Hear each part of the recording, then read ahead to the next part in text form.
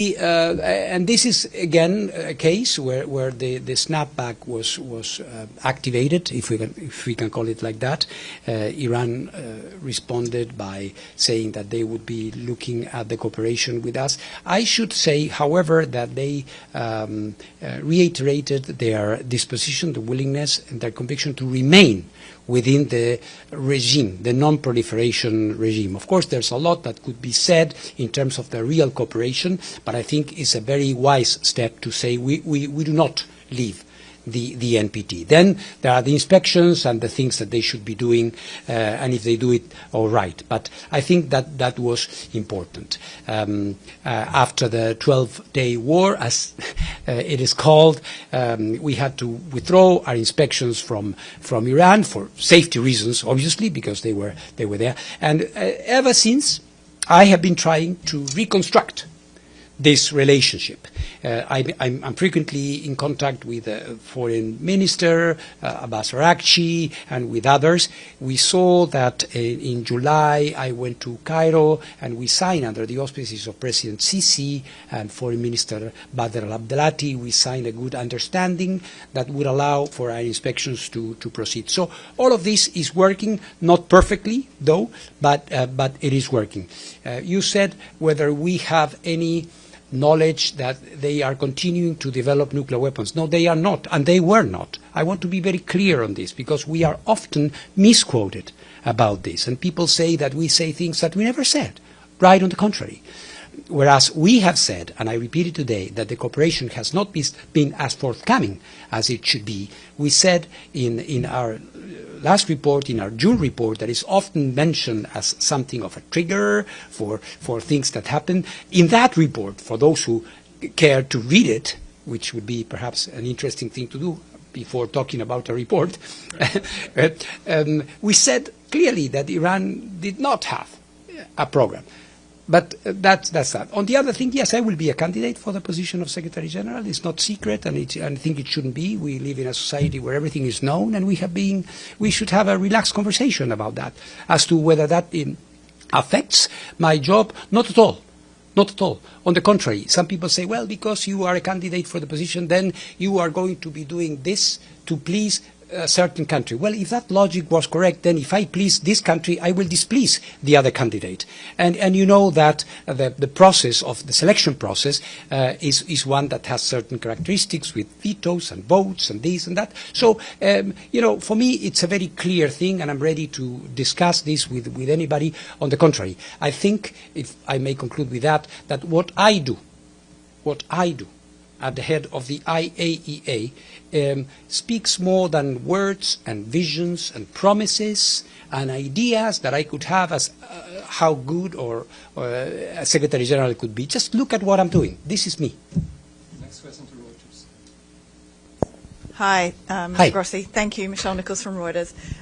This morning you told our colleague from AP that Iran didn't appear to be actively enriching uranium. If you could just tell us a little bit about that.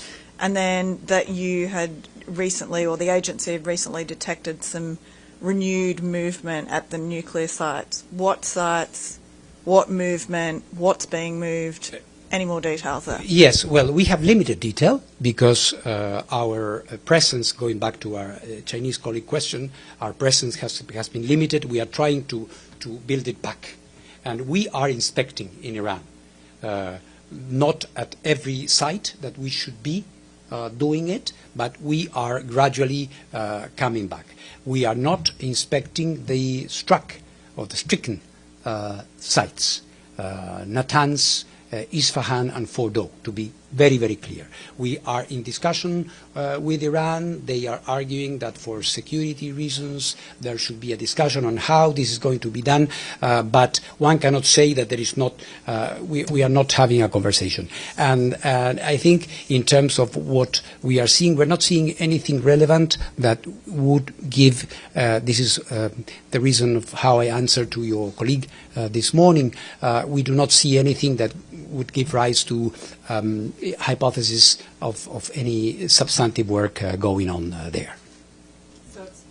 So it's just movement at the site, not movement of normal movement. Goods You know, these are big industrial sites. There are trucks, there are people moving, but nothing that would say, you know, that would allow us to think that there is work involving the material, for example, that is there, or centrifuges or things like that of a certain dimension magnitude. Thank you. Question over there. Yes, go ahead. Nam Abdullah with Rudao Media Network. I think the Iranian parliament recently approved a legislation to suspend cooperation with the IAEA unless certain conditions are met. I'm asking, what concrete steps are you taking to regain full access in order to be able to verify? Thank you. This is part of what I mentioned when I talked about our meetings in Cairo.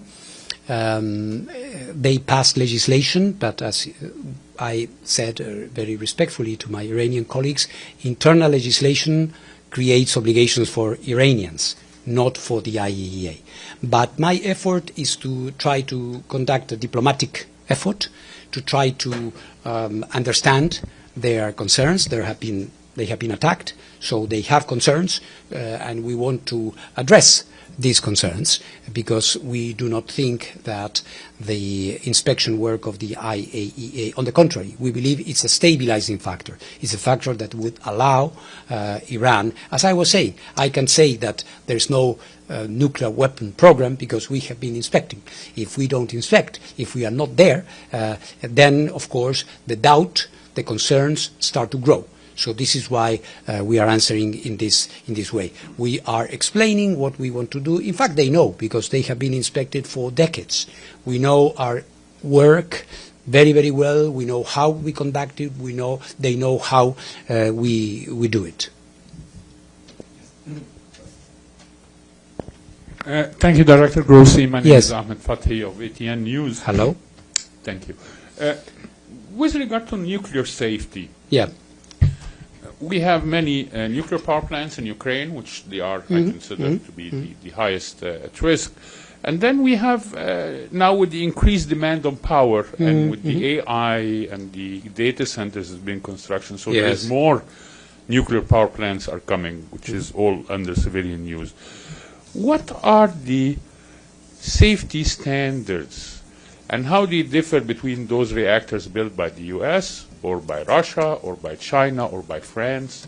Where do we stand, and what's the role of the IAEA in trying to mediate sort of an agreement or a treaty similar to the NPT, but for nuclear safety for civilian use? Thank you. Thank you for the question. Very important.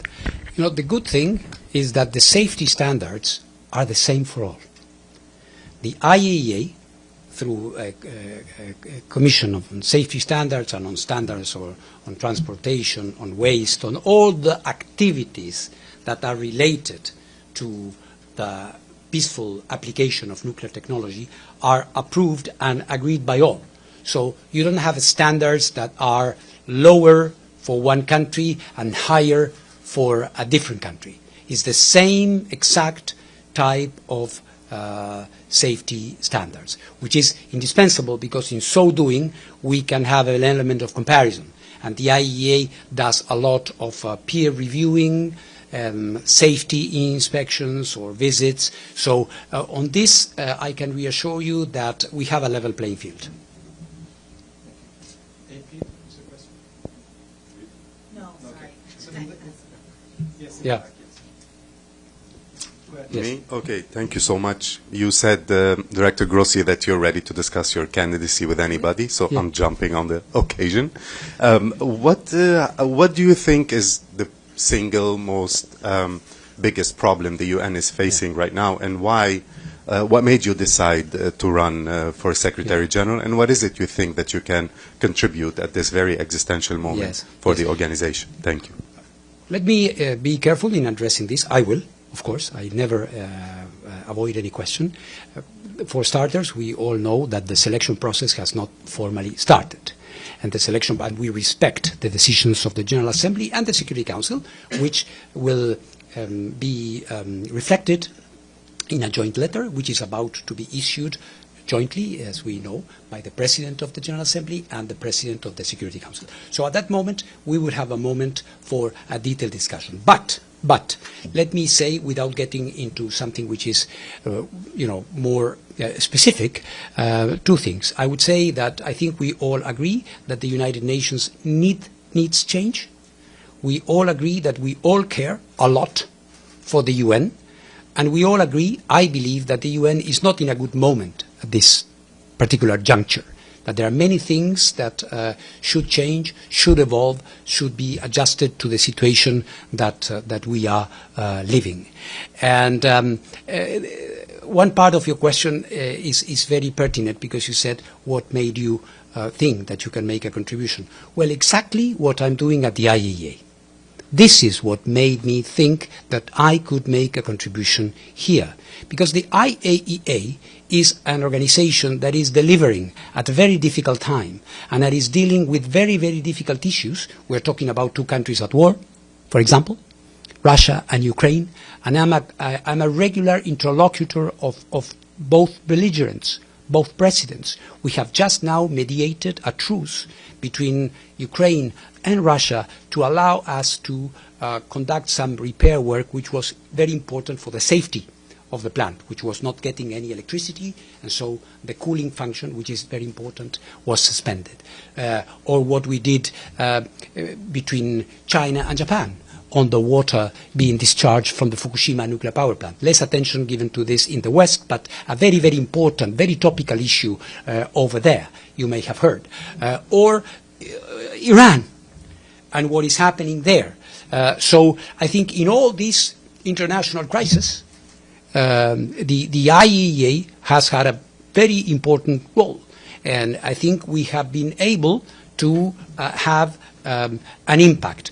How successful it can be, I mean, it's up to you and the countries to judge, but we are not doing that bad, I believe. So this is why I believe I could make a contribution. I think, clear leadership is needed at that time. Peace and security are at the center of everything we do, and should be. Thank you very much. Bisan Abukwek with Al Jazeera Arabic.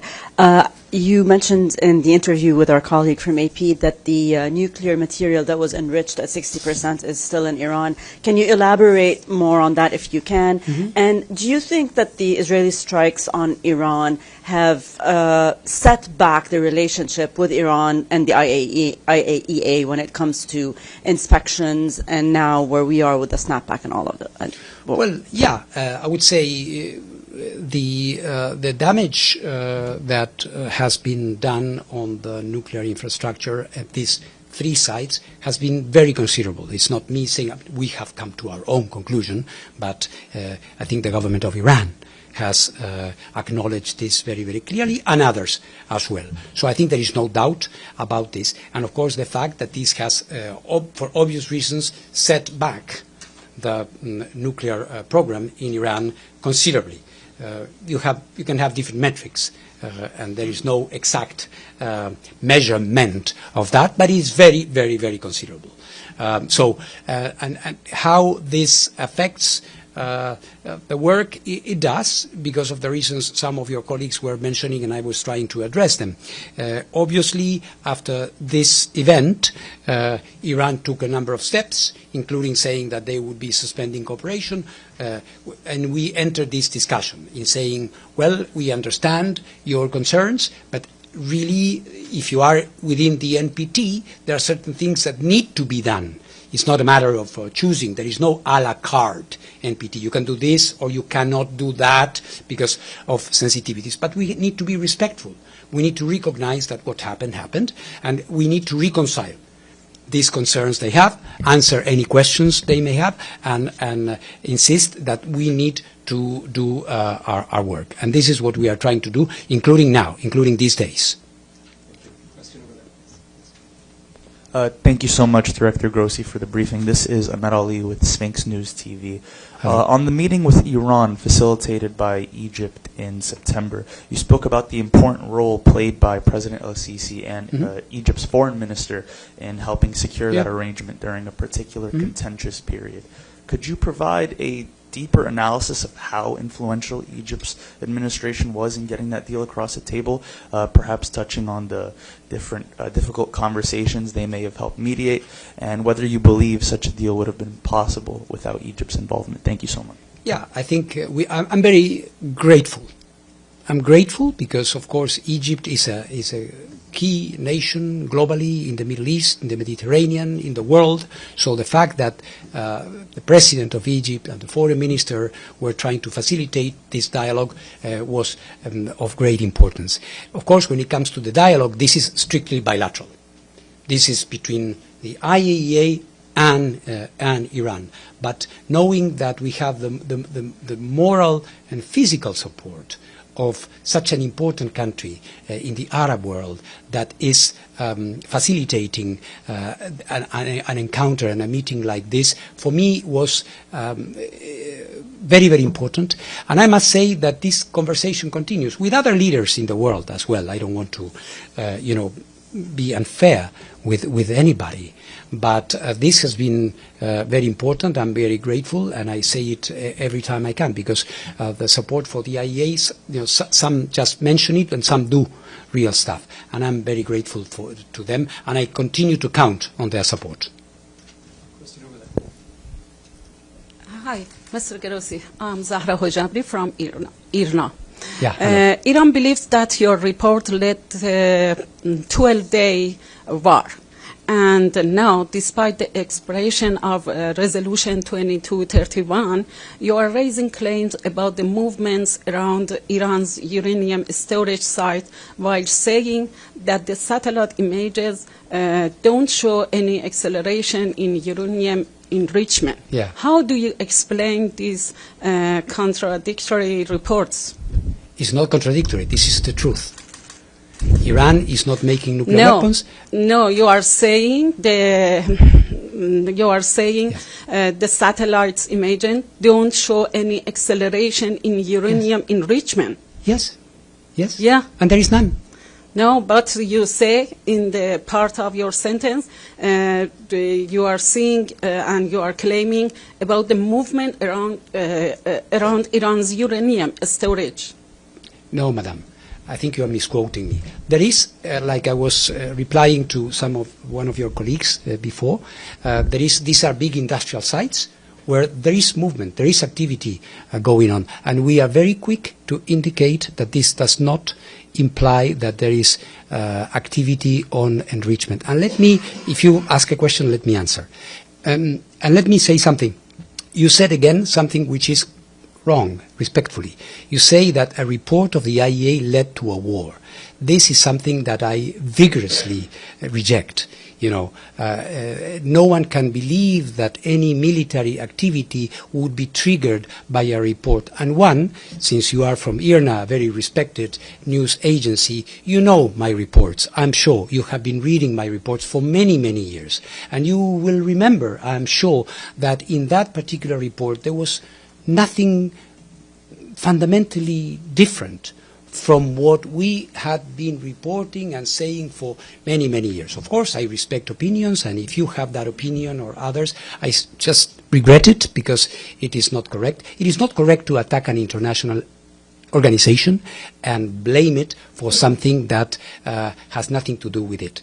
We are in good cooperation and dialogue with your government, as you know, I'm sure, very respectful work, and we intend to continue in this way. I think this is my spirit, and I hope we'll be able to succeed in moving forward and stabilizing the situation for Iran and for the rest of the Middle East. Thank you very much.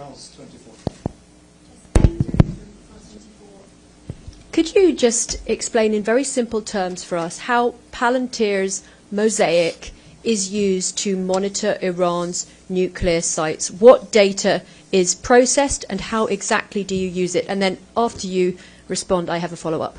Yes, it is not used to monitor Iran. We have, or any other country, by the way. There is this idea floating around that the IAEA is working on the basis of some mysterious AI platform that come to conclusions which we follow blindly, and then we do things. Nothing further from the truth. AI is used by your bank, by your insurer, maybe by your sports club. Everywhere we have AI platforms that aid to filter information and to order information. When it comes to safeguards, this is a very delicate work that we carry out with our safeguards inspectors. We gather the information, we sift it, we analyze it, we inspect, so we have the view, direct view, and then we come to conclusions. So I thank you for the question because it allows me to clarify this, which has been going on unchallenged for quite too long. We inspect, it's the men and women of the IAEA who inspect and draw conclusions, not some mysterious. But could you elaborate on what type of information, what type of data is going through and how you're using it to inform your decisions? Well, there's a lot. There is information about scientific publications, there is information about industrial capabilities, there is information about technologies that are used, not only in Iran, I would say, in many places. In the past, one would do this manually, and would be able to form a picture of capabilities in a country or how the industrial sector of a country would be shaped and would allow us to understand better any activity. This is all.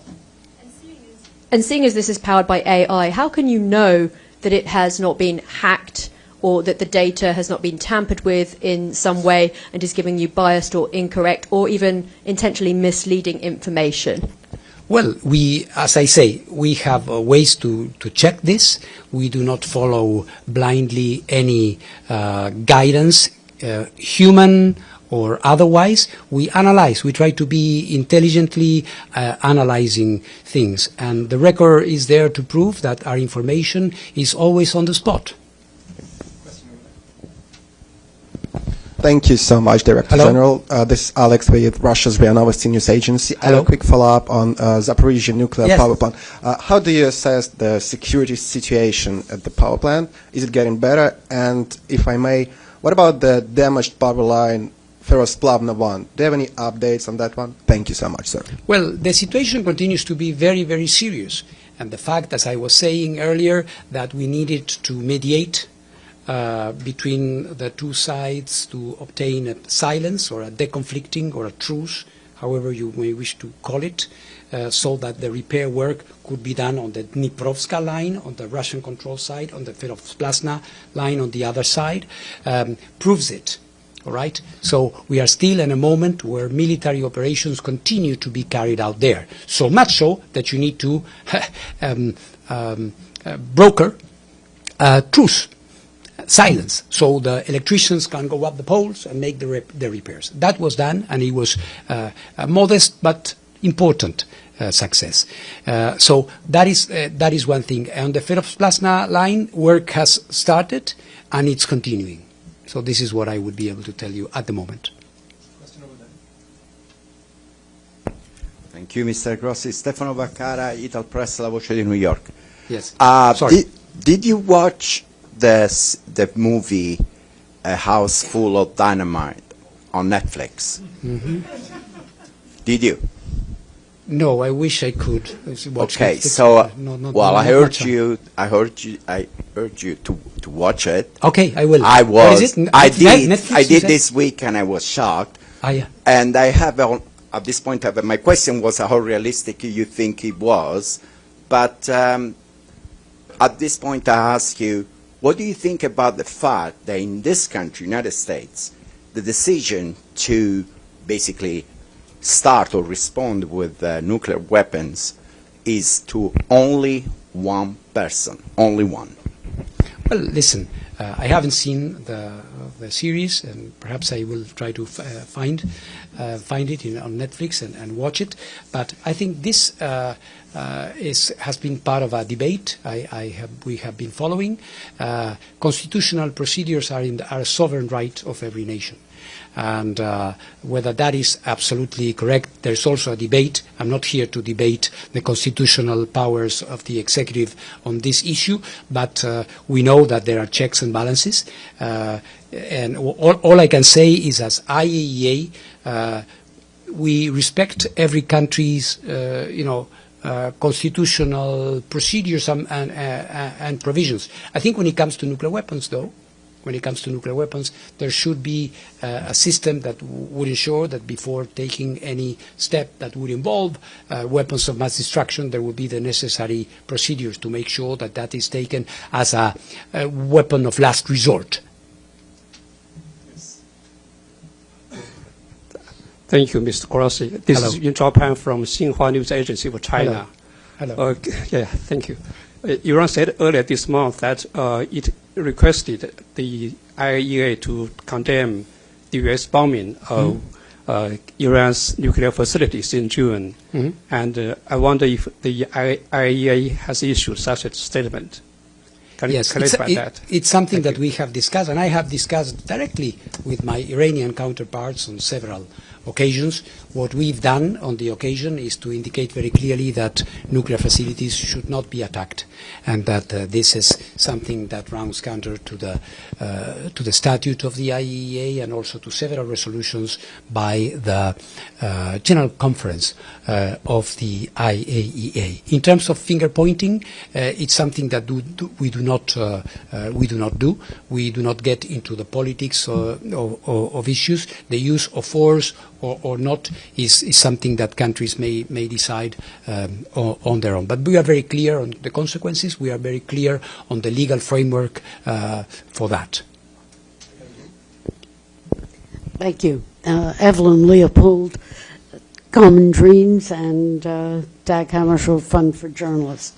Since the failure of the JCPOA, have successive Iranian governments been more difficult to deal with? Well, I think the situation at the moment is more complex. It's a more complex situation because until a few weeks ago or a month ago, there was some sort of situation where the JCPOA, although it was not being observed by anybody, was sort of a hollow, an empty shell, was still there as a reference, if you want. Now there is a debate, and as you know, even in this debate there is no clarity, because for some, apparently, JCPOA is over and done with. Others think maybe not so much, which leaves, us, international organizations, a little bit of a difficult situation. However, we do have, when it comes to Iran, something which is very important. We still have a comprehensive safeguards agreement that they have to abide by. And I go back here to my earlier comments that this is not a voluntary measure or an agreement that can or cannot be observed depending on the mood of the day. So the moment they decide to stay in the NPT and the comprehensive safeguards agreement with the IAEA stays valid, there's a regime of inspections which is applicable to Iran, continues to be applicable to Iran. That being said, I think there is also a conviction that one might benefit from a wider understanding, and this is what is being discussed now. What we have been discussing with Iran, and as you know, also the United States has been discussing with Iran. I often confer with Ambassador at Large, Special Envoy Steve Witkoff. They are in contact with Iran. Other countries as well. Our colleague was mentioning Egypt. There's a lot of conversation ongoing, let me put it like this, because we do understand, and there is a widespread conviction that to really stabilize the situation, to come to a point where we can say, well, we have more of something like a more predictable situation in country, we need a wider type of arrangement. JCPOA is no longer there. The basic consensus that led to that agreement have disappeared. That is regrettable, but this is the case. But we still need to have a charted course, a clarity for the future. Thank you very much, Mr. Grossi. My name is Islam Doğru from Anadolu Agency. Yeah. There are 3 or 4 countries around the world who haven't signed the NPT. Mm-hmm. What is your relation with them in terms of the nuclear security? Do you get in touch with them? Yeah. Do you get to check their nuclear safety? Yeah. Also, do you encourage them in general to sign NPT? Thank you. Yes, to all of those questions. First of all, we encourage all of them to sign the NPT. I think the NPT should be universal. Every country which is outside the NPT should consider signing it. Of course, then there are the national decisions and the reasons for that. And you know that depending on the countries that you have in mind, when you talk about this, the explanations differ. But, and when it comes to relations, we have more than relations. We inspect them. We do not inspect everything. That is the difference. When you have a comprehensive safeguards agreement, the word says it. It's comprehensive. All the facilities are inspected. And if you have an additional protocol, which is even better, you can go to places where were not declared and you think that it would be important to go. In the case of these countries, what they have is a type of inspection system that allows us to inspect certain places where they say you can come and inspect, so which is really very limited. It is very limited. But we do have this relationship. This relationship continues. And of course, we always appeal countries to join the NPT. All. Thank you very much. We now have to finish because the session starts in a few minutes. Thank you so much for coming. Thank you very much for your attention. Thank you. Thank you very much. Thank you.